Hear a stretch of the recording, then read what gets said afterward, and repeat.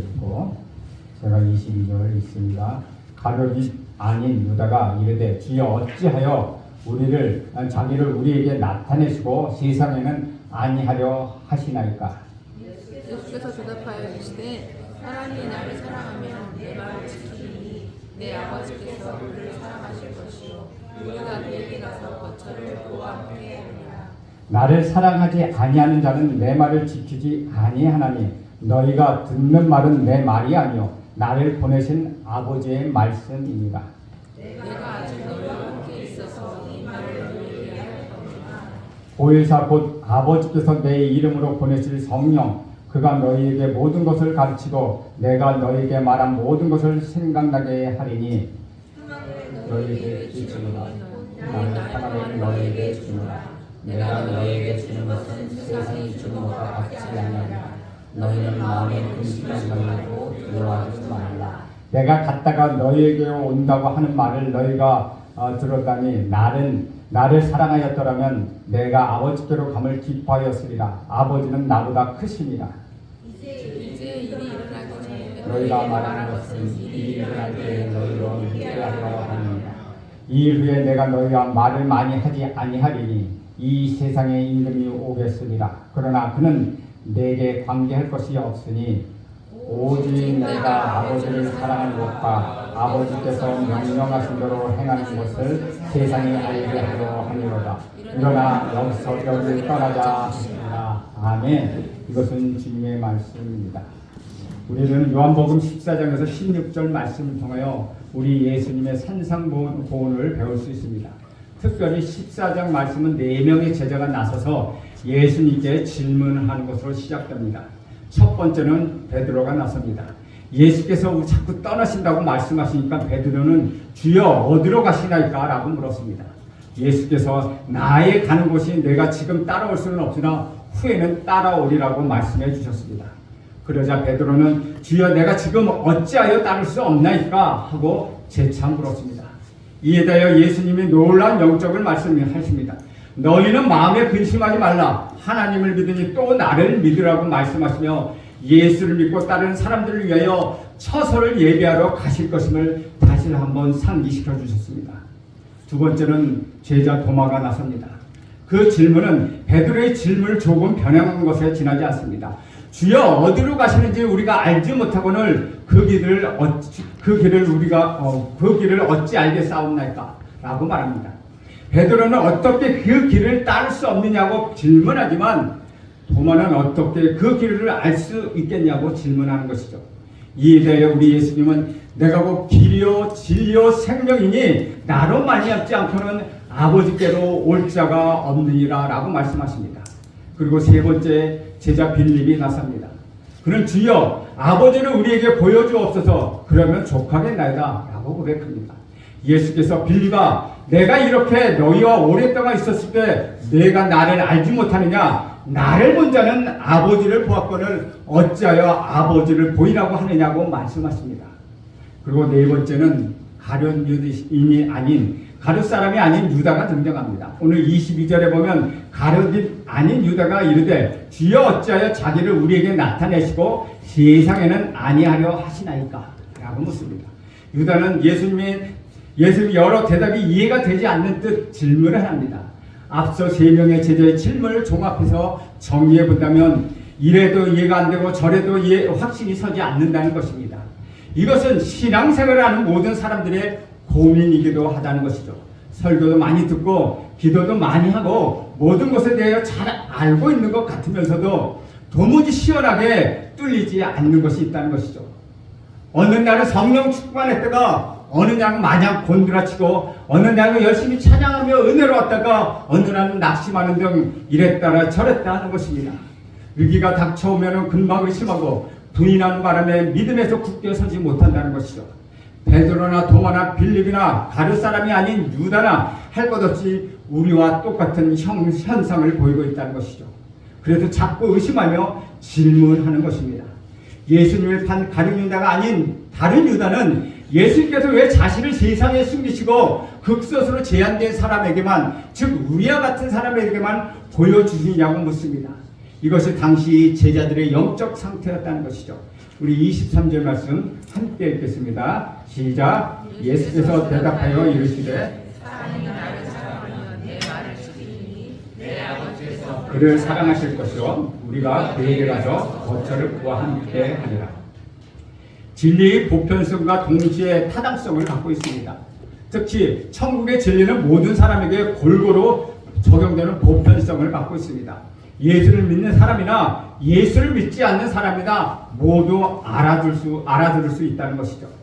한편 진리의 특징은 특정적인 사람들에게 제한적으로 이해되는 타당성, 배타성도 갖고 있다는 것이죠. 세상 사람은 성경을 세계적으로 베스트셀러라고 말하지만은 그런다고 해서 세상의 모든 사람들이 성경에 대하여 다 이해하고 있는 것은 절대로 아니라는 것이죠. 성경은 하나님을 믿는 사람들에게 이해되는 것이고 하나님을 믿지 않는 사람에게는 하나의 신화나 하나의 문서 조각에 불과하다는 것이죠. 일반인들에게는 너무나도 이해되지 않는 그 책이 바로 성경이라는 것입니다. 이것이 성경의 보편성과 배타성에 대하여 말해주고 있는 것입니다.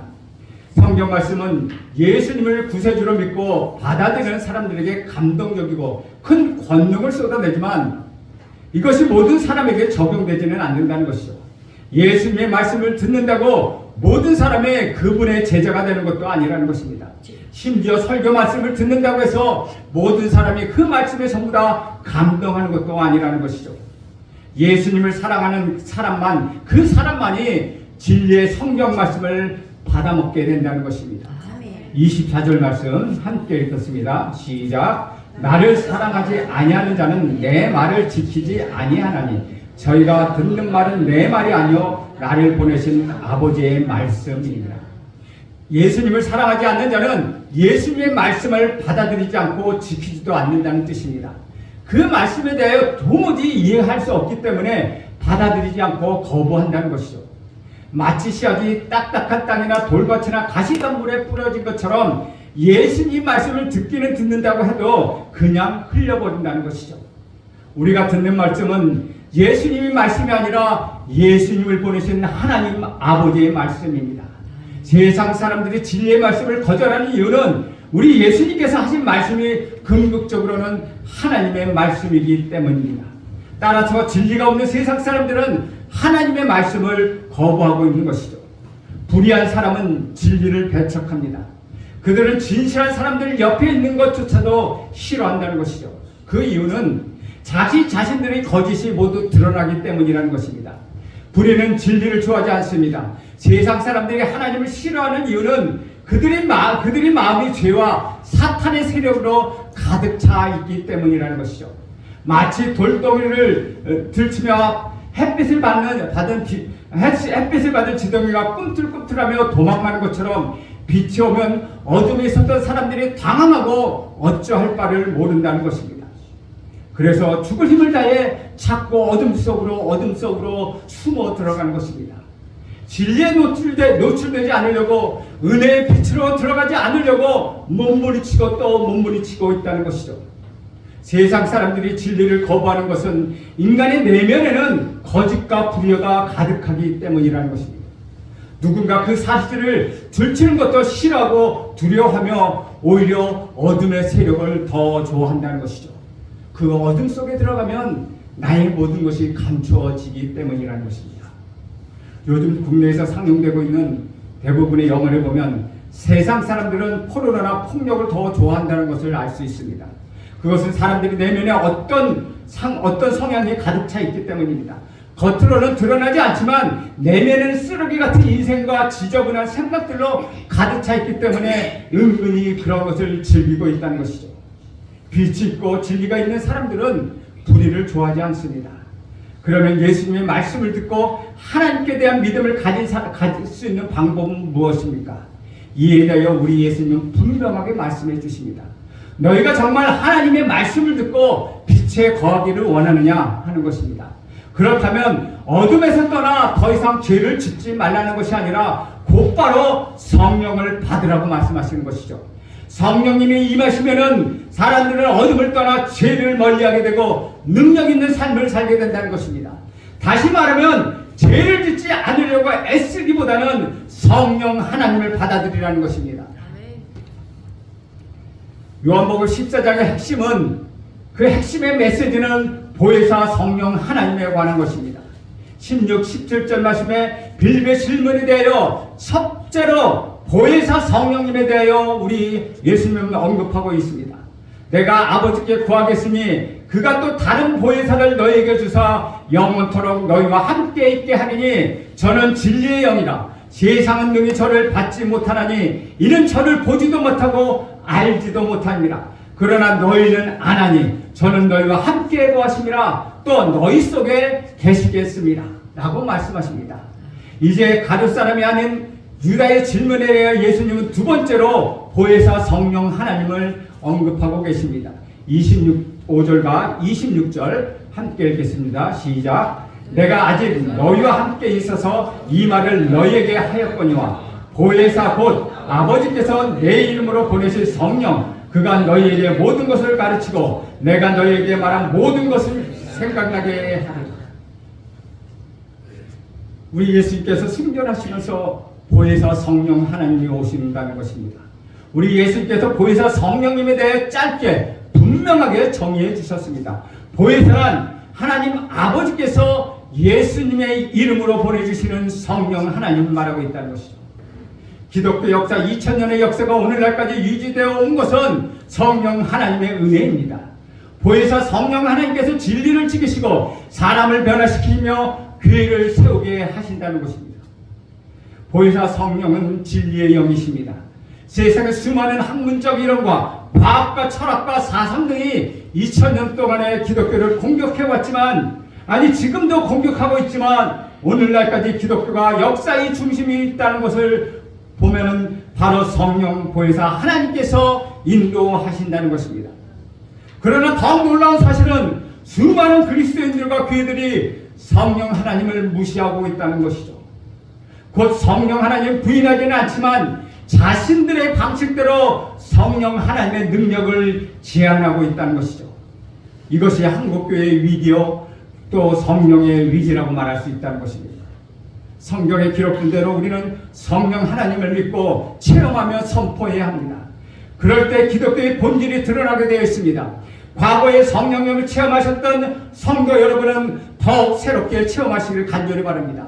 성령을 체험하지 못했던 사람은 목마른 사슴이 시냇물을 찾아 갈급하며 헤매는 것처럼 간절히 사모하시기를 간절히 바랍니다. 그렇게 간절히 사모할 때 성령 하나님이 여러분을 찾아오십니다. 방언이나 예언하고 기도하고 능력을 구하며 은사를 임하기를 기도해야 한다는 것입니다. 그것은 너무나도 아름답고 좋은 일이기 때문입니다. 이성으로 기도하고 머리로 사고하는 육적인 상태에서 벗어나 영적 그리스도인으로 변하기 위해서는 예언도 방언도 기도의 능력도 받으며 성령 하나님을 모셔드릴 때 진정으로 영적 그리스도인으로 변하게 될 것입니다. 하나님 아버지께서 우리 구주 예수 그리스도의 이름으로 보내주시는 성령 하나님을 받고 그 안에서 신앙생활을 하게 될 때 성경에 기록되어 있는 모든 사실들을 실제로 경험하게 될 것입니다. 평소에 남을 미워하고 화를 잘 냈던 사람도 성령 하나님의 인계를 경험하게 된다면 곧 이웃을 사랑하게 되고 웃음으로 인생을 보내게 될 것입니다. 이상하게도 말이 많고 실수가 잦았던 사람도 성령을 체험함으로써 모든 면에서 여유를 보이며 위기에 처해도 어려움을 당해도 예수님만을 의지하게 한다는 것입니다. 그런 말을 절로 고백하게 된다는 것이죠. 성령 하나님이 임하면 그런 성령 하나님이 임하는 사람에게는 두 가지 경험을 하게 됩니다. 하나는 성령 하나님께서 모든 것을 가르쳐 주시고 깨닫게 해주신다는 것입니다. 성령님의 특징은 한마디로 가르쳐 주시는 것입니다. 성령이 체험이 있으면 기적, 부활의 진리마저도 이해하게 된다는 것이죠. 보혜사 성령의 사역은 주님의 진리의 말씀을 깨닫게 하고 이해하도록 우리를 인도하신다는 것입니다. 또 하나는 보혜사 성령님은 예수님께서 하신 말씀을 자꾸자꾸 생각나게 하신다는 것이죠.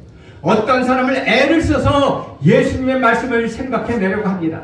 설교 시간에 목사님 뭐라고 했는지 성경 말씀을 읽기는 했는데 생각이 잘 나지 않는다는 것입니다.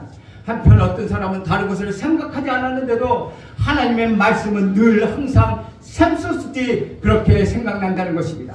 그것은 IQ가 좋거나 기억력이 좋거나 추리력이 좋아서 되는 것은 아닙니다. 성령이 임하시게 되면 하나님의 말씀이 줄줄이 생각나게 된다는 것입니다. 그래서 우리가 기도하고 잠잠 나의 기도 아랠 것만 계속 안 해서 하나님 감사합니다 땡초하고 가는 것이 아니라 기도하고 나서 하나님이 뭐라고 말씀하시는지 잠시 묵상하십시오. 왜냐하면 성령 하나님이 말씀을 여러분의 머릿속에 떠오르게 할 것입니다. 그러면 그것이 하나님의 음성인 것입니다. 성령 하나님이 하시는 일입니다. 26절 말씀을 다시 읽으면 보혜사 곧 하나님께서 내 이름으로 보내실 성령 그가 너에게 모든 것을 가르치고 내가 너에게 말한 모든 것을 생각나게 하시리라 라고 기록하고 있습니다. 성령이 임하시면 우선적으로 신구약 성령의 영적 진리에 대하여 깨달음을 주신다는 것입니다. 다음으로 예수님께서 말씀하신 것 모두가 생각나게 해주신다는 것입니다. 다른 것은 생각나지 않더라도 우리 예수님이 하신 말씀이라면 생각하게 된다면 얼마나 좋겠습니까? 우리가 예수님을 믿고 최소한 1년에 52번의 설교를 듣게 되는데 적어도 지난주 설교 정도는 생각해야 하지 않겠습니까? 성령이 임하면 어떠한 어려움을 당한다 하더라도 두려워 말라 내가 너와 함께함이라 놀라지 마라 내가 내 하나님이 됨이라 내가 너를 굳세게 하리라 참으로 너를 도와주리라 참으로 나의 의로운 손으로 너를 붙들리라라는 이사야의 말씀이 생각난다는 것이죠. 사도 바울은 유라굴로 광풍을 만나 죽게 되었습니다. 즉 태풍과 같은 해를 만나서 죽게 되었다는 것이죠. 예수님의 말씀이 생각했습니다. 광풍으로 인해 배가 파산될 지경의 위기에 처해도 하나님의 음성을 들으면 살아난다는 것입니다. 사업을 하다가 부도가 나서 가정과 회사가 풍지박산나고 이리저리 쫓겨다닌다 하더라도 하나님의 말씀을 기억하면 살아나게 되는 것입니다. 암에 걸려 의사로부터 가망이 없다는 사형 선고를 받는다 할지라도 근심하지 않고 하나님의 말씀을 믿으며 예수를 의지하면 살아날 수 있다는 것입니다. 자녀들이 위기에 상당히 빠져있고 부부 사이가 이혼 직전에 있다 하더라도 하나님의 말씀을 생각하면 모든 것을 얼마든지 해결할 수 있다는 것이죠.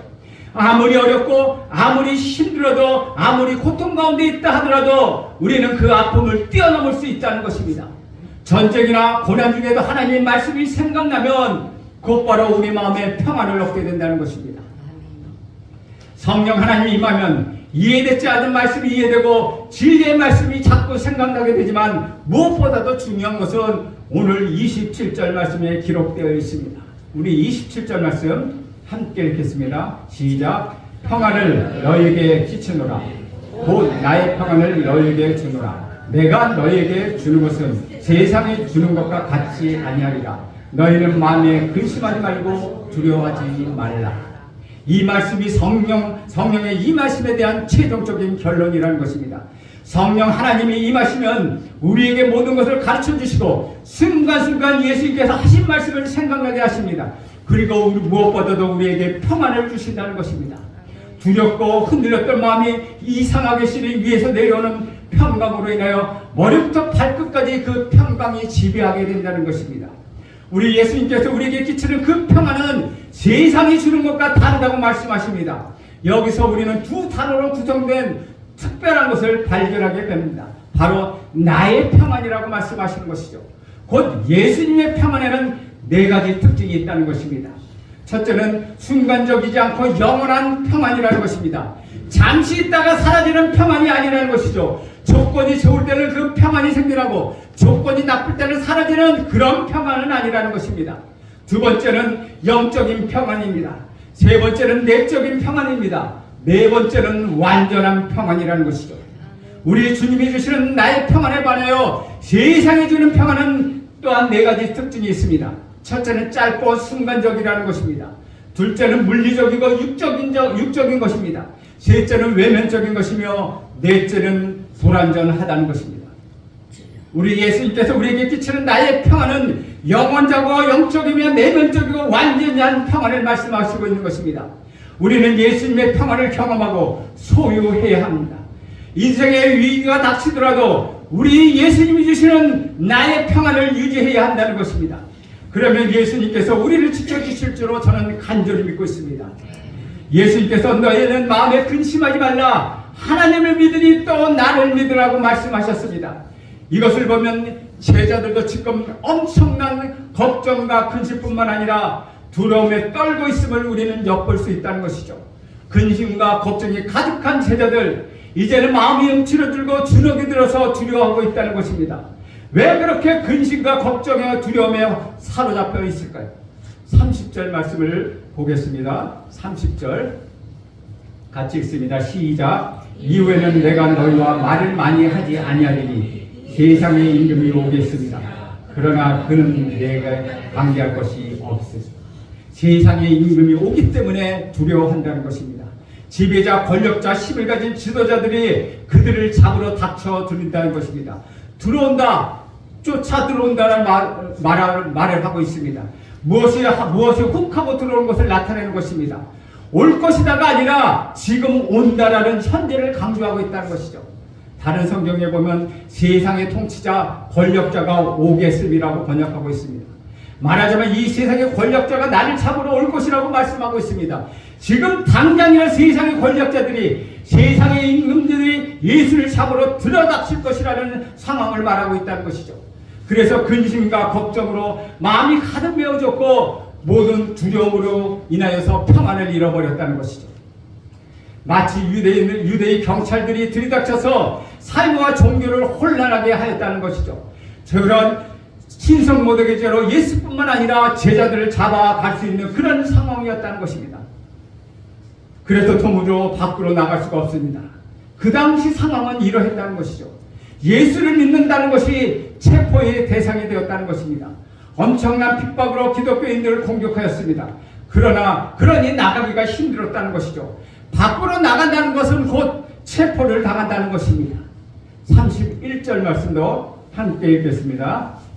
시작. 오직 내가 아버지를 사랑하는 것과 아버지께서 명하신 대로 행하는 것은 세상이 알게 하려 함이로라. 일어나 여기를 떠나자 하시니라.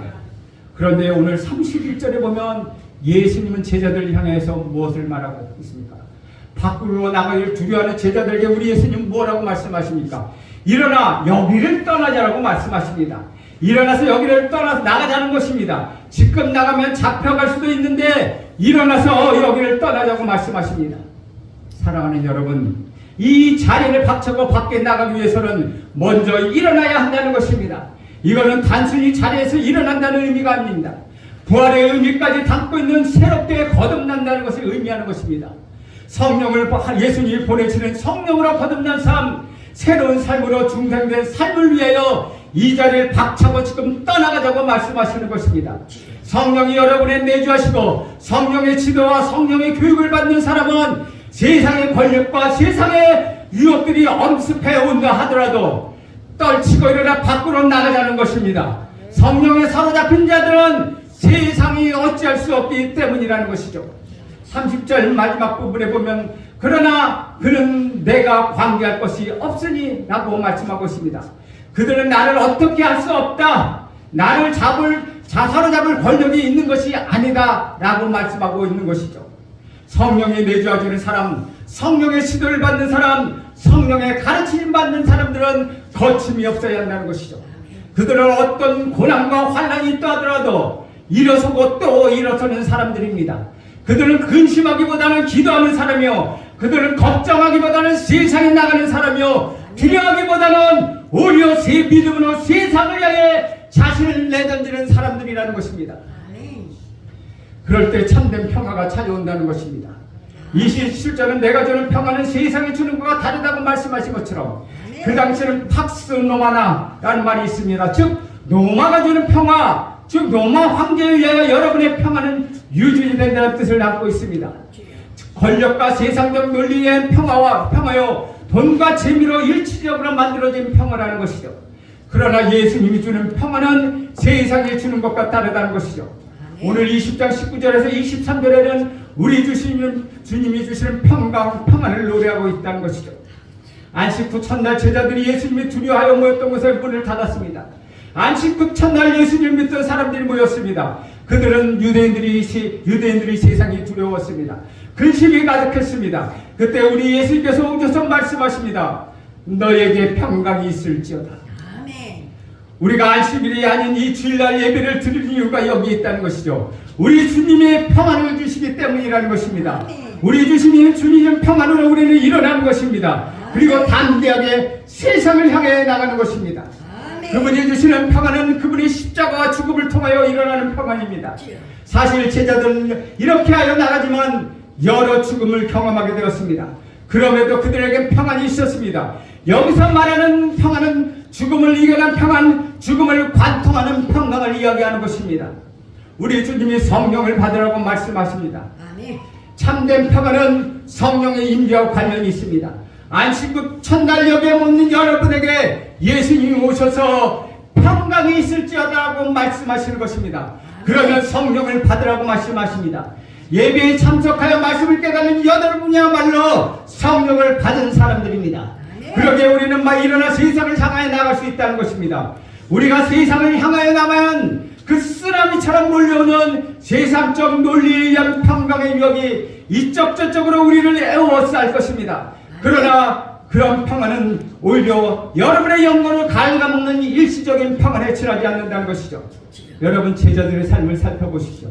그들은 담대하게 그러나 주님이 주시는 평안을 가지고 세상을 향하게 나갔습니다. 그들 모두는 순교하게 됩니다. 그들은 복음을 전합니다. 그래서 매를 맞기도 하고 곤욕을 당하기도 하고 조롱을 당하기도 하고 잡혀 죽기도 합니다. 어디에 그런 평안이 있었습니까? 분명 세상적 관점에는 그들에게 평안이 없습니다. 그러나 그들은 평안 가운데서 그러한 유혹과 고난을 이겨낼 수 있었다는 것이죠. 아멘. 우리는 복음 때문에 맞아 죽는 일이 없습니다. 그럼에도 불구하고 우리의 삶을 위협하는 세상의 논리와 맞서지 않을 때가 있습니다. 그래서 때로는 세상의 유혹과 권력에 나가며 평안을 얻기보다는 근심과 두려움과 걱정을 하는 삶을 살아갈 때가 참으로 많습니다.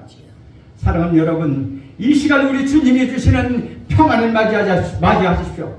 이 시간 우리 주님이 주시는 성령을 거부하지 마십시오. 성령을 받으십시오. 그러면 여러분의 평안이, 예수님의 평안이 여러분과 함께 하실 것입니다. 성령 하나님이 임재하셔서 진리의 말씀을 여러분에게 깨닫게 해주실 것입니다. 예수님의 말씀이 생각나게 해주실 것입니다. 말씀으로서 하나하나까지 기억나게 하실 것입니다. 하나님의 말씀이 여러분의 시비하게 낼 때 우리 예수님이 주시는 그 평안이 여러분과 여러분의 가정과 여러분의 자녀를 온전히 다스리게 될 것입니다. 사랑하는 여러분, 이번 한 주간 동안은 말씀에 승리하여 승리하며 평안 가운데로 하는 여러분 모두가 되기를 간절히 축원합니다. 기도합니다.